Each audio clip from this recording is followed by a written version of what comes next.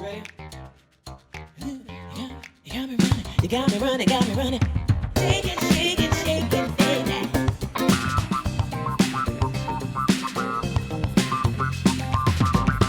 Captain's Table back in the studio. So had a day last week out on the water with Toby and the boys for Arabian Ocean rowing. So that's going to come soon, Ted.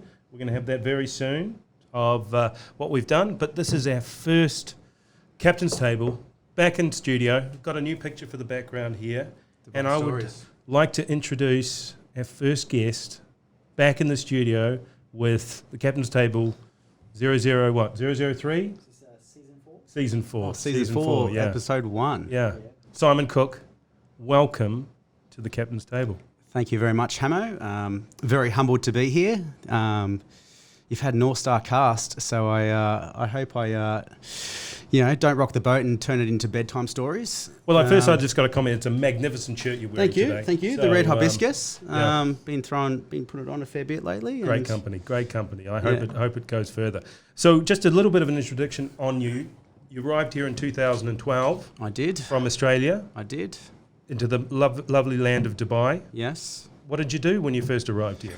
So so coming here, I was looking for a bit of a change at home. I was a PE teacher at home, but doing a few different random jobs as well. I was working at the gym. I was literally my last job before I got on the plane I was on the back of a garbage truck before I came here and looked for an opportunity. And I was looking at teaching anywhere.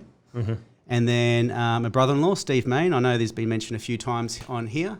Yes, a couple of times. He has a company called EcoVenture. Mm-hmm. And he put an opportunity out, which works in outdoor education. So this was 2012? Yes, so just before, so he sent me the opportunity sort of around April. And this was an opportunity, EcoVenture, student tourism, yes. Can we call it that? Yep, student travel, student tourism. To make it happen, going to the schools, growing the business, outside of the classroom. Okay, and you came on board to start it. Yeah, so I came on board being a teacher from background, a science teacher. I came on board to sort of run the environmental science or environmental awareness sort of side of the business. It used to be two separate businesses back then. It used to be an adventure business, and then it used to be the outdoor field. It was called Field Studies, but it was a very scientific based sort of product. So being the science teacher, he gave me a job to come out here, and I thought I was just becoming a teacher. But it wasn't so much the case. It was very much, it soon turned into, developing and running the business, with my partner. So at that stage, was there any student tours going on? Or? Yeah, so they'd been slowly growing over 2 years. Yeah. There wasn't nothing like, we built up to, especially before pre-COVID, but there was a small team of about 14 of us. Sure. Taking the kids out of Dubai and Abu Dhabi. Yeah, or even regionally. Regionally? I'm not sure if we were doing Qatar back then, but yeah, predominantly Dubai. And going to a set camp or multiple camps? Yeah, so back then we had 2 predominant camps, and so it was residential trips. Whereabouts? In a place called Al Daid, so it was on the border of Ras Al Khaimah and Sharjah. Right. And the kids would go there for what, 2-3 days? Or? It all depends, predominantly because depending on age, but so maybe the Year 4 kids might go out for one night, and that's their first opportunity to go out as a group of school kids and experience being away from mum and dad and being away with all your friends and things like that. And then generally they will do one every year, and so by Year 6 it might be out away for 3 or 4 nights. So, and there was nothing like this beforehand. No. There was a company similar to us. Yeah. We sort of came in a little bit different to them, and they're a very good business, and they have a very good model. Yeah. Doing residential trips, and it's quite big in the UK. Well, it's quite big everywhere, I suppose. Trips for schools, but this was a very, very much a bit of an ecological, environmental focus. So we were taking kids out and doing adventure and giving up activities like rock climbing, canoeing, and challenging children, but giving them sort of, helping them break down their fear barriers and things like that, and develop sort of those soft sort of skills and building confidence and independence. Building their own competencies, away from the security of a classroom or their home, and so it was sort of happening. But I think I think we had quite a unique sort of product, and when I got here, it wasn't really an industry I was actually involved in specifically. So I was very lucky to sort of get that opportunity, and I was very grateful to what that's what Steve done for me there. And what was the challenges? Because I mean, obviously, if you're stepping outside the current footpath sort of thing of what's happening here, was there any challenges in setting it up with authorities and things like that? Yeah, well, it was a bit not so much regulation back then. I think the biggest challenges for me was I was a teacher, right? And I was essentially after a very short time, it became it got to a point where I became a senior or a leader in that company, and then there's a whole business perspective that I just hadn't been exposed to. Right. So looking after customers, dealing with regulations, standard procedures, risk assessments. I was just used to doing teaching kids curriculum. So when you say customers, schools. Schools, yeah. Schools. Was there any other areas outside of schools, or that was the main? At that point, we have ventured out, but at that point, it was very much just schools. So we very much go into a school and they're looking for an opportunity to take their kids away. They see, learning outside the classroom. That's been found studies and studies again that taking kids outside the classroom, especially in a natural environment, has really good impacts on key development indicators and educational indicators. So it's built into the curriculum for a reason. So we've got to sort of go out there and facilitate that, and looking at getting those kids to challenge themselves, be independent, look after themselves, pack their own bag, make their own bed, not have mum and dad around to look after them, and be in a safe environment where they've got their friends around and people who are looking to sort of push them to do things like abseil down a rock face or whatever. And but if we can help them encourage that and help them break down those fears, it's a good trip. We live in a lovely city, as we all know, but there are some privileges of living here. Maybe help from home, if you know what I mean. Yeah. So how was that going when it started with, I don't know, with little Johnny and Susie who have to do that stuff by themselves? You know what I mean? Yeah. Well, it's still a challenge every day, and I think it's becoming more of a challenge than what it was. Really. It's not so much the kids that are the problem; it's the parents that really have that challenge of letting go of the kids and letting them be independent. Sure. So there's a lot of complexities around child protection, dietary requirements, logistics. They want their kids there, saying they want to be very, very safe. But part of what we do is put them in challenging situations. Got it. And we try and do that in a very careful manner. But sometimes kids get on a rock wall and freeze. Yeah. So there is that sort of that challenge. I find that the parents the most difficult one. But on that same point, I think there's especially there's sort of different ways of doing residential trips and residential things, and something we've tried to sort of maintain is a real rustic, basic sort of approach. Yeah, right. Away from the sort of the hotels, and I don't think children in Dubai need more hotels and need more, air conditioning is important because of where we live, but just those sort of nice little features. If we can keep it as basic, and if it was up to me, every one of those kids would be camping. Right. And I think that's what we need, and that's what I want my children to be doing. I don't, they go to enough hotels. So exactly. There is those challenges, but that's sort of we sort of focus on trying to make kids sort of autonomous, competent, being able to be competent in what they're doing building those sort of skills, but building the confidence to do those things as well. And what about social media? I mean, I don't know about you, but my children are glued to the screen a lot of the time. Well, I think look what we've seen during COVID. I think COVID brought in a lot of good things and changes the way we do things. But I think there's going to be a real concern of these children who, and my boys are the same, they've been staring at screens for 2 years, and even during lunchtime breaks, they haven't run around. What did we do? We did British Bulldog and played tip and things like that, and they haven't had that opportunity. And I think they're almost becoming reliant on devices, and they're addictive. They're built to be addictive. Sure. And I think that's sort of why we sort of try and maintain. So you would take when they were. This is pre-COVID, obviously. They're on the site. Phones are taken off them. We don't take them off them. We say no phones. We call it, the camp should be unplugged. Yeah. Don't really want those sort of devices at all. Yeah. There's always one or two kids that slip one into the pocket in the bat phone and then pull it out and text mum and dad that they want to come home or something like that, because there's always one. Sure. There's always one that's so concerned they just slip the phone through, and then they get to mum and dad, and then mum and dad get concerned because they've got this call. And I guarantee you within that hour, that kid's asleep and happy, and we're still dealing with mum and dad because they are hysterical. Yeah.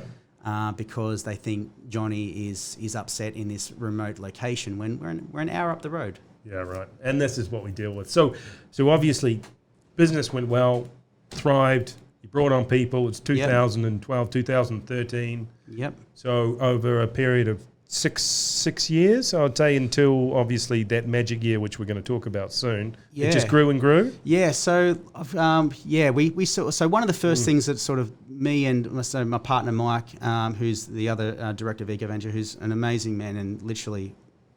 Shout out to Mike. Hello, Mike. Hello. He probably won't like me giving him a shout out, but he's like we're polar opposites as people and personalities, but it works really, really well. And so he was managing the adventure side of things, and I was managing the field study side of things. We sort of brought it together and went, this is silly. We're sort of two separate businesses competing with each other, literally racing each other to schools to try and beat each other. Okay. So we came together, and that's where it really started to thrive. And we mixed the product. It was this adventure and this, really strong, environmental awareness, environmental education sort of point, which sort of became our sort of USP, so to speak. It's like, we need to build this in, and that's where we started to thrive. I think we had about. We arrived, it was about 14 people, and from there to literally COVID, I think we were nudging 65, staff, from 35, 40 instructors on the ground to a corporate team. We grew into an international provider as well. So our first setup was in Sri Lanka. Right. We built our own facility there. We connected connected with we sort of joined into with a charity called the 360 Children's Foundation, where we looked after children with special needs. And then that sort of was our sort of stepping stone into international. So we moved into Nepal, Oman, Georgia's very good, Malaysia. And these were all kids from schools in the UAE. So we work with about 110 schools, and about 85 of them are UAE. Yeah. We started to get quite a decent reputation sort of 2014, 15 regionally, providing opportunities for, Qatar came on, Bahrain came on, Saudi started to come on as well. And then, as we're sort of starting to, 2018, 19, we started getting inquiries from Egypt, Ghana, Rwanda. So the team were flying over there and meeting people and a couple of African. We had bookings ready to go for the year of literally 2000. They were looking for March 19, so they didn't come. But that was a real knock for us, absolutely. But we got to a point. So we're flying. We're going up. Everybody's talking. Every meeting, we're going this. We're going here. And then was there any warning of what happening, or it was just bang 2019? Yeah. 2019, February. I think it was February 28. I got the message. Shut it down. So, I didn't get the message in regards to, oh my God, have you looked at this happening? And I think we saw it. There was concern because we were already talking to people about it. And me being always the optimist, I was like, don't worry. It's nothing. 2 months. I said, it's a flu. What are they going to do? It's a flu. What's it going to do? Yeah, exactly. And I actually I did an executive MBA with Holt University at the time. It's something I sort of, wanted to do. And I was sitting in the finance unit, and I got a post from the KHDA that said, there is no student travel, no student activities, no this. And I went white.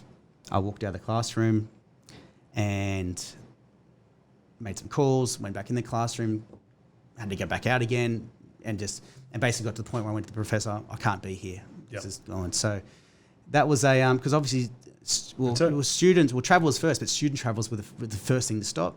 Student, extracurricular activity first, and that was the last thing to come back as well.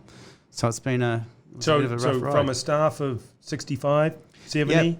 Well, between that and the other businesses as well, like it worked in schools, it's we had 90 staff, we lost 70. Jeepers. And some real superstars, like real people and like some of them had babies on the way, some of them were pregnant. Yeah, right. And we held on. Like I was, again, very the optimist. Well, just, April we're on. 3 April we're on. months. Yep.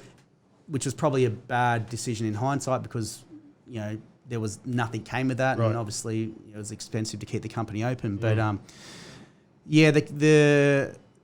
we lost a lot of really, and there was some really people that had been in the business for 5 to 8 years, real passionate, people of, outdoor education, and had been there the whole time that it's grown, and it got to the point where they had to make a decision for themselves, to look elsewhere. Yeah.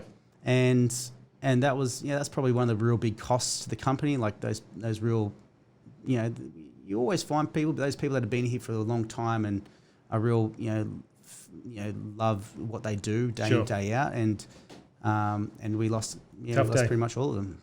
So, shut down, Simon Cook, what does he do? Yeah, well, good question. So... It's hard-hitting questions. Yeah, it is a hard question. Table. So I think by the time... So we try to keep the business open. So we got really lucky. Here's a bit of an interesting thing for you.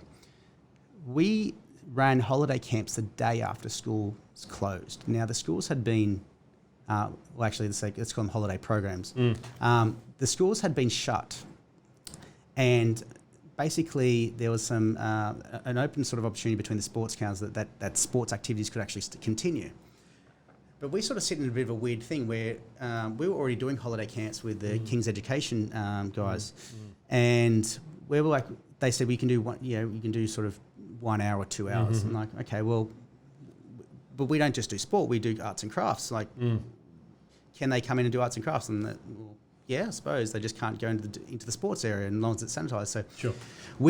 So me and Mike went on this crazy 2 weeks of trying to get these approvals between the education department and the sports councils and King's Education, who was where we're operating out of. And we got the approval 2 days before the holiday camp started. So, but schools were still in so kids were at schools, no kids were at school. So this is it. Wow. We're the first people to put kids in classrooms after COVID. Right. and that was when? So that would have been around July 7, 8 of... So 3 or 4 months of nothing, which is better than 2 years of nothing. And we got absolutely hammered. We had a 500 or 600 person waiting list. Wow. We had spaces for a few hundred kids across the schools and across, space it out. And everyone's saying, how did you get this? I'm like, I've got it. Great. I've got it. So we rang the team, and the one thing, there was a stipulation from one of the authorities about having a bit of extra COVID compliance. Yeah, right. Which meant our whole back-end sign-up system couldn't work. It had to become manual. Okay. So it was all hands on deck, man the phones, manual entry, manual payments, managing a few hundred children in the space of 2 to 3 days, and hundreds of people rocked up to that school that next day. Right. That Sunday, just handing us money saying, take your kids. Just I'm like, please take our kids. I'm sick of looking at them. I can't take them. them. In the house we're part of our compliance is groups of this size, spread out this size. We can only have this many people, and they were begging us. It was. I wish they begged for for outdoor camps all the time, but it was just. So it was a very unique situation, and it was a very stressful time for those guys, because I pretty much rang them and said, we're going, and it was just round the clock, hours upon hours, and they pulled it off, and it was enough to keep the company open a few more months. Brilliant. And keep those guys in a job and things like that. But ultimately sort of that ran its course, and outdoor education wasn't opening, student tourism wasn't opening, and that's sort of where we closed. So circling back to your question though,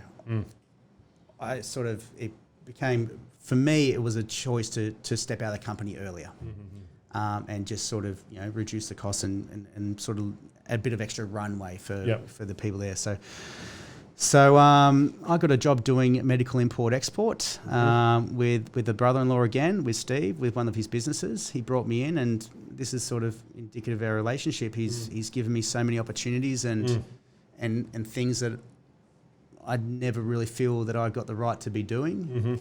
But he gives me those opportunities, and I suppose I take with both hands and throw myself at it. And I suppose there's a trust there that I'm Brilliant. you're just going to put in Keeps for it going. So the medical company for a couple of years?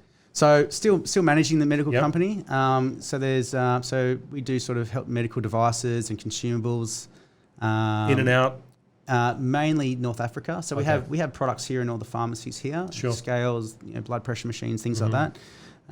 We've definitely had since COVID and obviously the supply chain issues a scaled down team. Mm-hmm.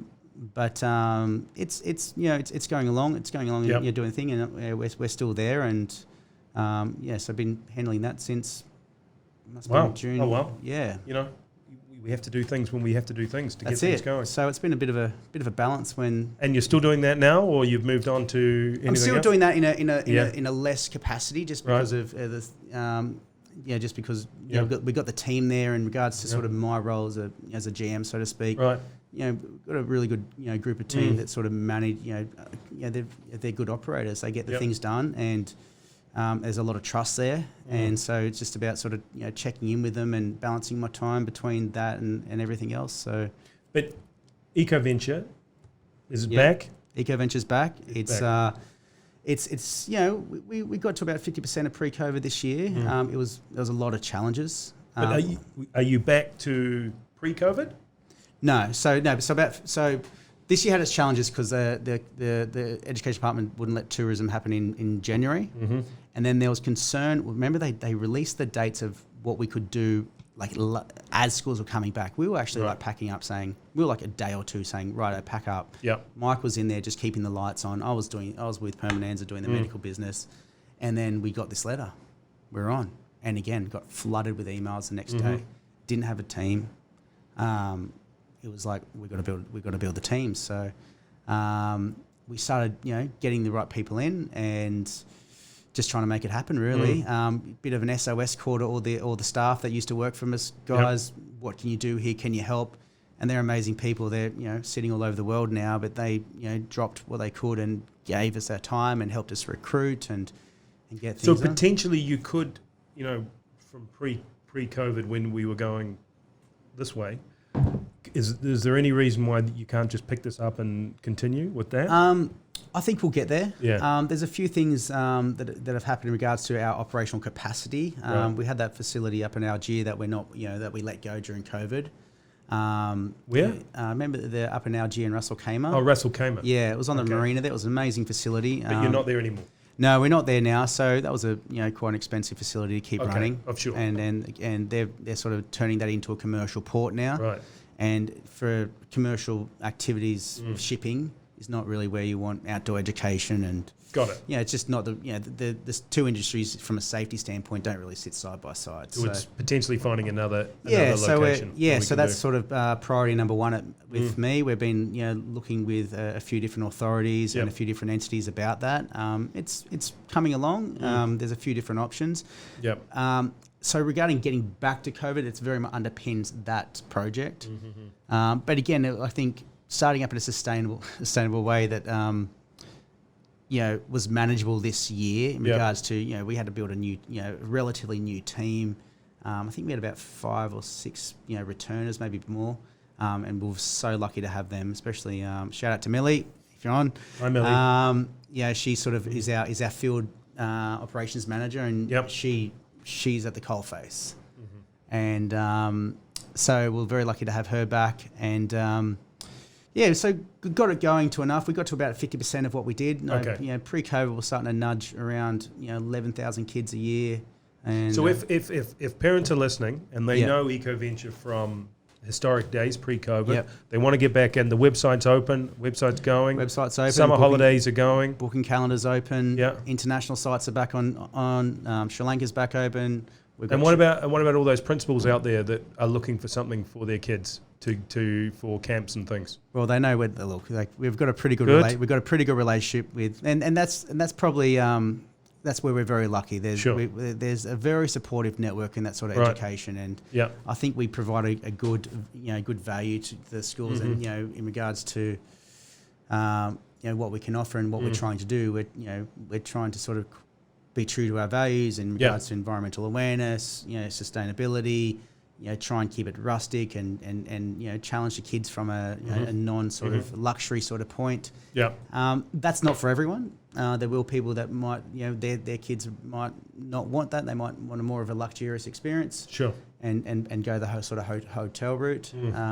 So that they find their way, but the teams out there definitely speaking to a lot of schools. We've got a lot of bookings already. Brilliant. Actually, I think we've almost got as many bookings now that we had this year prepared. So so we came back at about a 50%. So you're back. So we're back. We're back. Fantastic. It'll take another probably 2 years to get to where we were. But with what we've done in regards to developing, Malaysia, Nepal, Oman, Georgia trips are off the chart. Like that's very heavily booked. Sri Lanka's building up very quickly as well. So I think all it was just they needed a little bit of confidence to know that they were going to be able to travel. Sure. And that's there now, and I think we've been able to do that from a local perspective. Like we had to turn away a lot of schools this year, so because we just didn't have the capacity. We had, we chose not to bring in such a big team because to be honest, getting offboarding during COVID 30 or 40 staff because we couldn't run was a tedious process. Yeah. So we're like, did we want 30 or 40, or why don't we just try with 25 and see? But we had to bring in a few extra people, I think 5 or 6 extra instructors to deal with the capacities in January. But yeah, we got to a point where we were all sold out and even running longer into the season that we used to. So, which has actually been fine. We're always a bit nervous about running into April, but fantastic. Yeah, we've managed it. Generally we stayed with 1 night trips instead of 2 days, and we do a lot of water activities. But it's there's been it's been very difficult from an operational standpoint getting everything going and filling in those losses in experience. But on a positive note, the school's feedback has been really, really good. School support's been really, really good. There was challenges around cancellations for COVID when that happened in January, but on a whole, they've been the schools if anything have been very supportive, and and we're very, very, very grateful for that, obviously, because this is what we love doing. Good. Well, we'll make sure that we push this out to all the schools just to reinforce it. If they don't know that EcoVenture is back and it's growing for business. So that's awesome. Thank you. Simon. Well, we've got a couple of Q&As. There was a couple of people that heard you were on, and do you mind asking a couple of questions? Here we go. So these are friends of the show that have obviously messaged us. First question. Can you explain why you have a number of university degrees but don't use any? Good question. I like a broad education, but listen, I don't know. I was a teacher, so I did use one, and I suppose I did a business degree, and I'm sort of running a business, so I'd counter that, but these are just questions that are coming from it. So I'm not judging. No one's judging you here. So mate, I'm in a place where, again, working with Steve and the opportunities that I have, and I've that's been the real college for me. So okay, good. That's where I've done all my learning. Good. Another question from a friend of the show. When do you think you'll move back to Australia? Oh, who did that come from? Oh, I'm sorry. These are all anonymous. Is this my mother or not? These are all anonymous people. Mate, I love Dubai, and I cannot see it on the short-term horizon. Good. Well, this is Dubai story, so that's the correct answer. I really love the businesses that I'm involved in. I love what we do with EcoVenture. I love the impact that we have on kids and the communities, and especially the international communities that we work with. I don't see it. We've got great friends here. I'm very fortunate to have family here. It's a good place. Why leave? Is it true your younger brother protected you through the open state flags all the way to the final?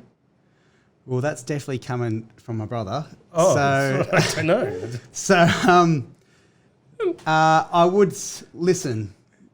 Protected, worked as a team. I don't know, but at the end of the day, we're very competitive. Me and my brother, we have a great relationship, and he's an absolute superstar. And I'm proud of my sister and both my brothers. But being competitive, we have competitions, and Instagram will tell you. Okay. Who won the last race? Who won the last fight? who won the last fitness challenge. And so I'll let the people decide. Okay, sounds like that's still to be continued. And then finally, what would you say was your biggest achievement after winning a dance battle in London? That's from my other brother. Oh.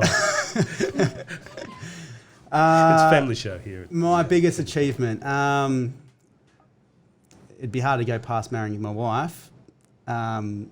She's Great answer. Great answer. And she, I don't know, she probably will listen to this, so it's good. It's a good. But no, she's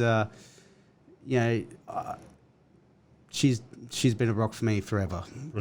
She's she puts up with me, she deals with me, she supports me. There's been lots of up and downs, especially through COVID and personal things and like that. And my mother of my two boys. That's a pretty big win. Good. No, that's great. We've got a couple of others, but we'll leave those ones. On a personal front, I've known you for a long time, and I will have to. We don't have to go into much detail, but I think it's an amazing story of your personal health. Yes. If you mind giving us a couple of minutes on the changes that you've made in yourself. Yeah, well, that's fine. Well, I think the one point to note is, I was a PE teacher and a personal trainer, and sport was my life growing up. I came to Dubai, and I was pretty reasonably fit back then. I was still teaching spin classes and boxing classes and PE teaching and coaching. And I think, as Dubai does to everyone, it draws you in. I definitely fell to that. Definitely the change in job role in a way. We're coming into more of a corporate sort of setting. Was that, and I think also I worked very hard during those years where I sort of neglected sort of my health during that time. So I've known you for a long time, and I remember sitting and we started the weight loss challenge, and that was you started the weight loss challenge, and I joined, and it was a super group of men to be part of. I do remember a few women tried to get involved, and I was a strong advocate of that was not happening. Right, I forgot about that. I was very, but being the very competitive person I am, that was a great support network, and there was changes that I needed to make, and it was a battle. I'll be honest. I was battling it for years, and it has effects on your mental health, and I'm never someone that would sort of blame that sort of thing, because I'm always probably slide on the positive side, but being a father and having energy and things like that, it's important. So I battled on for a few years, and that weight loss challenge was really probably the thing in the last few years that sort of started ticking the importance of health over. The problem was that stopped those challenges, and then I'd put all the weight back on. So it got to a point where one of them I had a bit of an average sort of blood test, which is all fine now, but it was playing on me, the type of father I was, the type of husband I was, the friend I was, how much energy and things like that. And, from a mental side, that's a challenge. And it's not that there wasn't will and I didn't know what to do. Like, I was a personal trainer for years. I was competed at a decent level. It was just, it was a challenge. It was a real challenge. And so, I had to take sort of some drastic changes, and I had the support of, my family, and especially my family here with Lorna and Steve. Yeah. And we sort of, sort of went in it together and made some sort of, drastic changes to my life. So it's been a good 16-month process now where, there's been a journey, so to speak.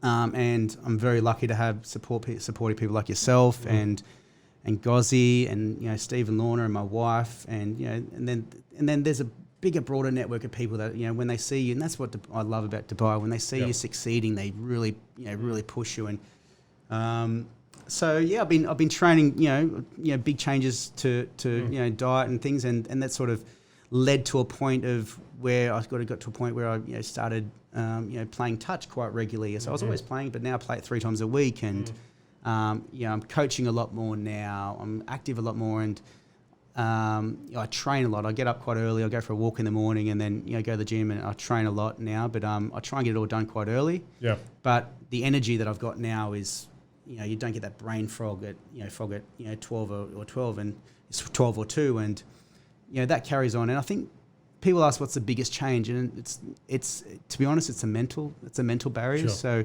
what were barriers? You'd get tired, going home and not wanting to play with your children, getting to, having, that not pressed but guilt, not being a good father, not having, the patience at work, and to listen to people and give them the support they needed. And that's been the big thing. It's they go, oh, you must feel so much. It's mentally is what I feel in regards to where I was and where I am now. It's night and day. And I wouldn't go as far as saving life or anything like that. But I was it was a big rut. Yeah. And it was hard and I tried to climb out of it through the challenge a few times. But I'd like to say it's been 16 months now, and I'm feeling very fit. And I'm feeling healthy. Socially, you're around great groups of people playing, down the Lakes Legends and, playing touch on a Monday night with the V Blacks and sort of the social networks there, and just being part of it in an active sort of environment. Dubai is a special place, and it's those communities that, support you during those journeys that makes it really special. And I've been very lucky.